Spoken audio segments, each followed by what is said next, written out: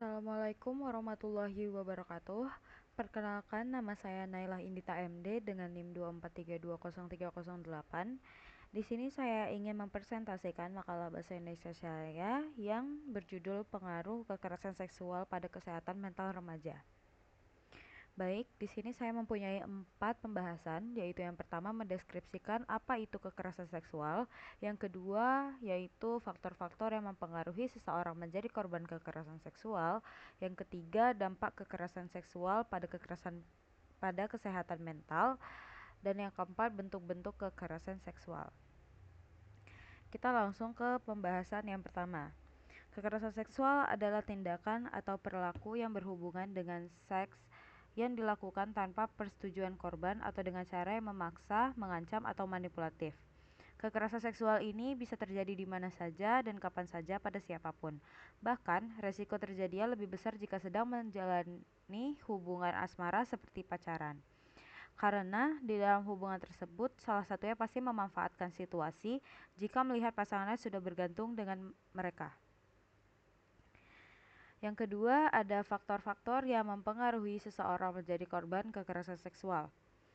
Latar belakang keluarga seperti broken home atau anak perempuan yang kehilangan peran ayah, ini mempengaruhi seseorang menjadi korban kekerasan seksual. Mengapa? Karena mereka merasa kurang cukup dapat perhatian ataupun kasih sayang, sehingga mereka akan mencari hal yang hilang tersebut kepada orang yang lebih dewasa dan dominan. Sehingga, seperti yang saya katakan di pembahasan yang pertama, hal tersebut akan membuat pelaku berpikir untuk memanfaatkan situasi hubungan tersebut. Latar belakang ekonomi juga menjadi salah satu faktor. Mereka yang mempunyai latar belakang ekonomi yang kurang memadai bisa menjadi sasaran para pelaku kekerasan seksual ini. Karena pelaku akan membohongi mereka, atau akan berperilaku manipulatif seakan-akan mereka akan membantu ekonomi korban jadi lebih baik jika ingin melakukan hal yang diinginkan pelaku. Yang terakhir ada faktor individu. Kalau faktor ini sebenarnya lebih ke bagaimana individu tersebut terpengaruh atau cepat percaya dengan seseorang. Seperti individu yang masih polos dan tidak tahu modus pelaku kekerasan seksual, biasanya individu yang seperti ini akan menjadi korban eksploitasi seksual. Karena dalam beberapa kasus, korban tidak memiliki pemahaman yang cukup tentang hal seperti itu. Lanjut ke pembahasan yang ketiga. Dampak kekerasan seksual pada kesehatan mental. Dampak yang dialami pada korban sebenarnya cukup berat. Bahkan dari jurnal yang saya baca, ada efek yang jangka panjang seperti kecemasan.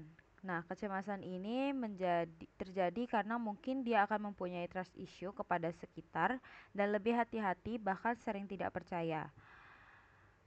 Sifat yang agresif itu biasanya sifat yang lebih sensitif, seperti mudah marah, nangis, ataupun tersinggung dengan hal-hal yang biasa, tetapi korban menjadi sensitif setelah menjadi korban kekerasan seksual. Antisosial ini juga menjadikan mereka menutup diri, tidak mau terlalu dekat dengan seseorang, dan susah untuk mendekatkan diri dengan orang baru. Mereka menjadi lebih tidak percaya diri untuk ngobrol dengan orang baru dan menunjukkan dirinya.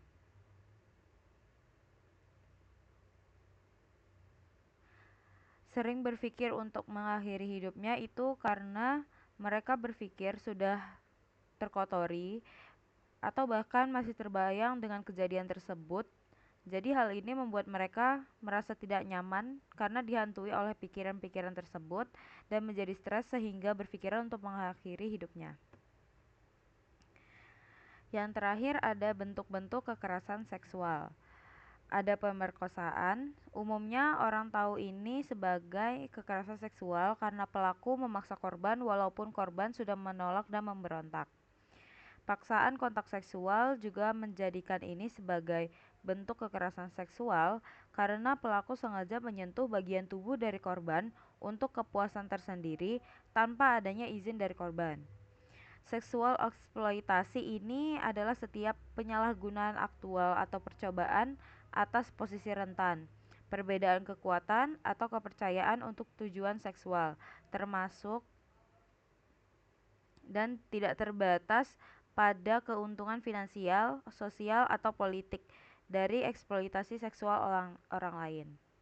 Nah, seksual eksploitasi ini sama halnya dengan faktor ekonomi yang tadi, karena seseorang akan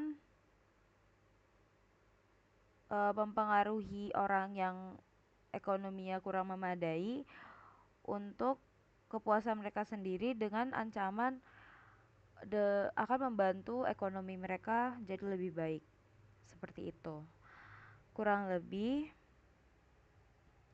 itu pembahasan saya untuk hari ini. Bila ada salah kata, saya mohon maaf. Mungkin ada kurang dari pembahasan saya, juga saya minta maaf. Maka dari itu saya tutup dengan Assalamualaikum warahmatullahi wabarakatuh.